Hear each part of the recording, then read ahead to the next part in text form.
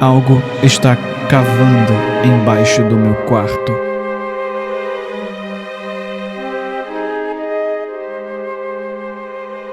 Meu pai nunca me deixou ter um celular. Ele já tinha perdido um filho para um predador online e não ia deixar isso acontecer de novo. Tentei explicar que eu não era como o Caio. Não queria encontrar ninguém na internet.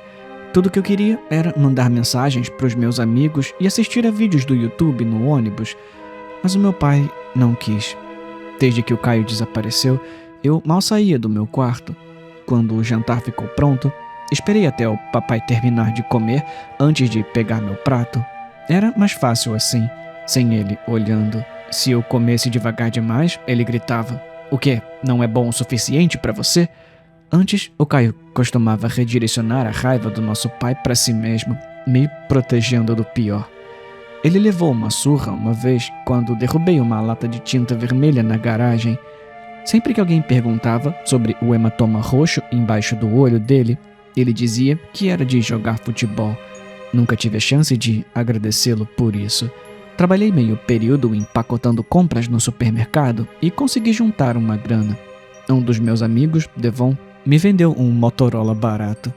Adicionei as redes sociais das pessoas que conhecia, instalei o YouTube, Spotify e alguns outros aplicativos. Eu não podia arriscar que meu pai descobrisse o telefone, então levantei uma tábua do assoalho do nosso quarto, o meu quarto, para escondê-lo. Eu precisava ficar me lembrando disso. Sem Caio, não havia mais nosso quarto, nossa escrivaninha ou nosso guarda-roupa. Era tudo meu, e era só isso que sempre seria. Com acesso estável à internet, minha curiosidade mórbida me venceu e pesquisei o nome do Caio no Google. Artigos, alguns recentes, apareceram, e uma manchete em um site de notícias obscuro me paralisou. Pai investigado. Acompanhe casa de criança desaparecida. A foto mostrava meu pai entrando ou saindo do seu Lexus. De repente, suas botas ecoaram na escada. Deslizei o telefone de volta para debaixo do assoalho e pulei na cama, puxando a coberta até o queixo. Papai se inclinou na minha porta, falando arrastadamente. Ultimamente, eu o pegava escondendo uma garrafa de uísque no paletó. Não estava tão ruim desde os primeiros meses do divórcio. Boa noite, pai. Eu respondi, mas uma pergunta me escapou. Tem alguma informação nova sobre o Caio? A sua expressão ficou séria. Você conhece a regra. Nós não falamos sobre ele. Não é com você, tá? Então não se mete. Quando ele saiu, manteve a porta entreaberta. Pensei em fechá-la, mas se ele fosse ao banheiro durante a noite e a encontrasse fechada, me daria uma bronca. Rolei para o lado e tentei dormir. Eu estava começando a cochilar, meus pensamentos se transformando em sonhos nebulosos, quando o som começou. Lembrava unhas na pele ou uma pá na terra. Olhei para o assoalho, onde eu havia escondido o telefone, e o arranhão parou, como se dissesse: "Sim, sou eu. Estou aqui." Cuidadosamente, saí da cama e me agachei perto do chão, olhando para a porta para ter certeza de que meu pai não estava olhando. Encostei meu ouvido no assoalho e escutei. Então, reconheci o som. Dedos arranhando a terra, como se algo estivesse subindo por baixo da casa. Pulei de volta na cama e fechei os olhos, tentando desesperadamente ignorar o som. Era um pensamento absurdo. Não é algo que uma mente racional interpreta. Mesmo assim, eu não conseguia me forçar a levantar o assoalho e olhar lá dentro. Na manhã seguinte, perguntei ao meu pai o que poderia ser. Ele teve uma resposta imediata. Ratos. Provavelmente tinham feito ninhos nas paredes e no chão. Um deles devia ter caído em uma fenda e ficado preso. Noite após noite, o arranhar continuava. Eu me perguntava quanto tempo um rato conseguiria sobreviver. 5 dias? Uma semana? Ao final de 2 semanas, eu sabia que não podia ser um rato. Os sons ficavam mais altos, mais próximos. Às vezes, quando não havia vento lá fora, eu ouvia respirações fracas e sibilantes subindo do assoalho. Me forcei a suportar por mais 2 dias, determinado a bloquear os ruídos até que desaparecessem. Até a noite passada, quando tudo mudou. O arranhar começou, como de costume, por volta das 2 ou 3 da manhã, mas depois de algumas horas, parou. O silêncio se estendeu e, por um momento de paz, pensei que pudesse ter parado, mas então o arranhar recomeçou. Mais áspero, unhas contra a madeira.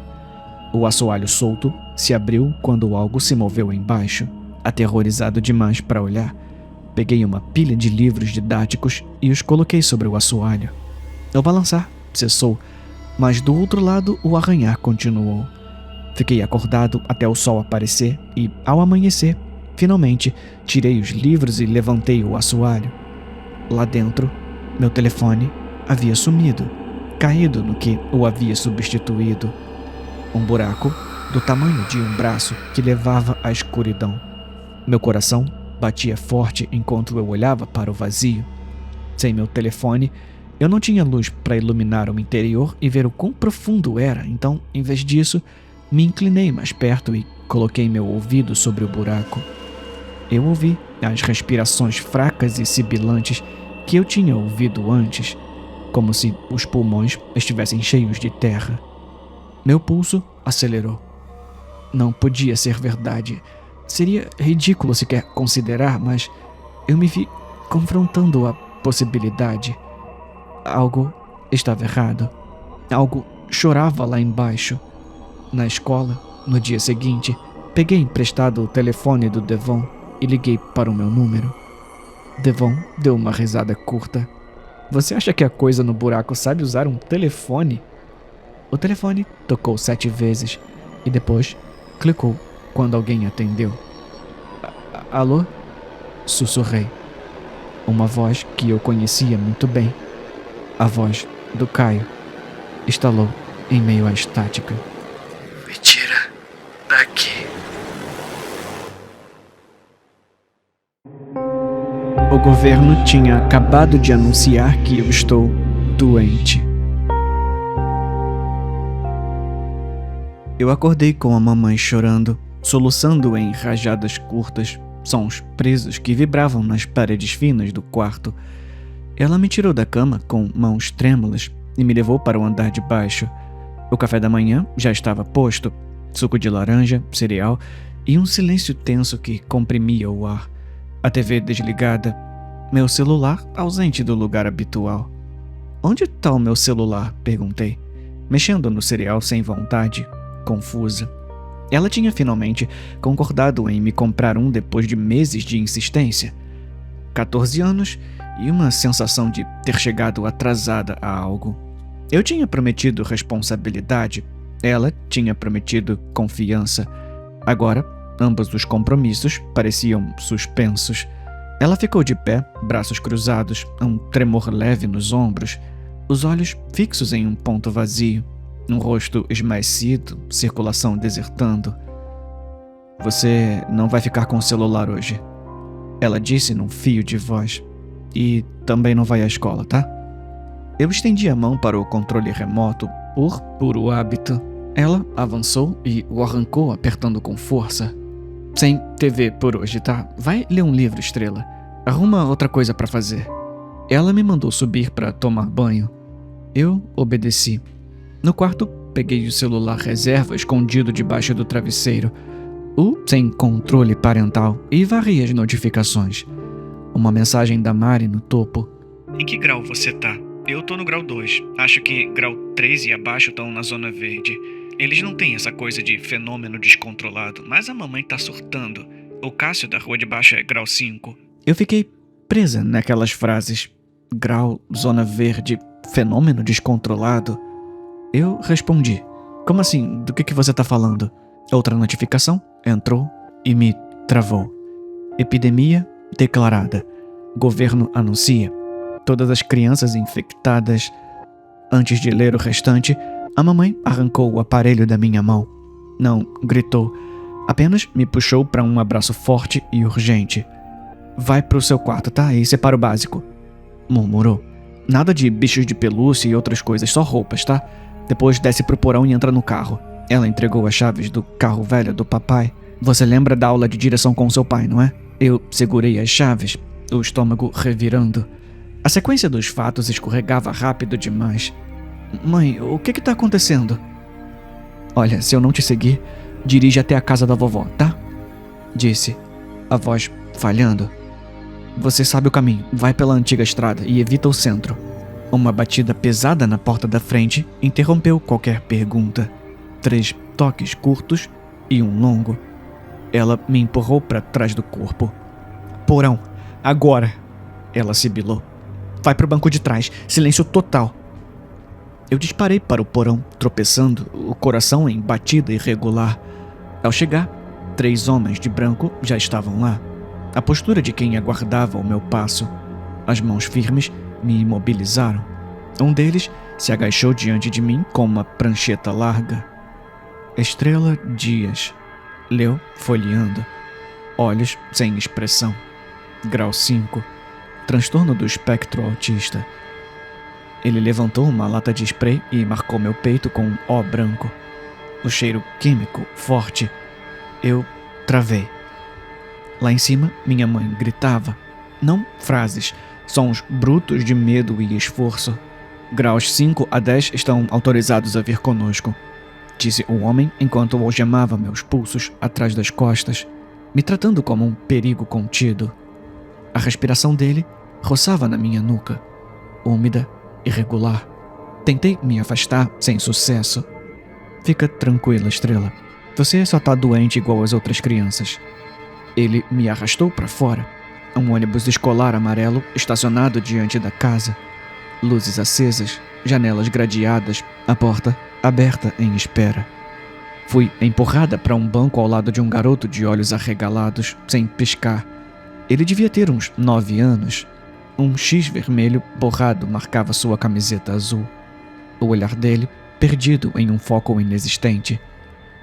O mesmo homem subiu e encarou todos nós com um sorriso rígido, a extensão artificial dos lábios. O homem se dirigiu a todos nós com um sorriso largo demais. Essa epidemia pode ser curada com a cooperação de vocês. Não se preocupem, crianças. Nós vamos curar vocês.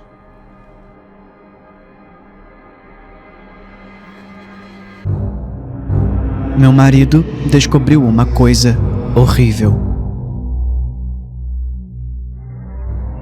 O meu marido me acordou de um cochilo com um leve sacolejo. Murmurei, engolindo um bocejo. O que foi? Eu preciso te mostrar uma coisa, disse Bruno com a voz trêmula. Agora? Não dá pra esperar. Bruno me ajudou a levantar do sofá e me levou escada acima até o quarto de hóspedes. Lá dentro, um monte de armas estava espalhado.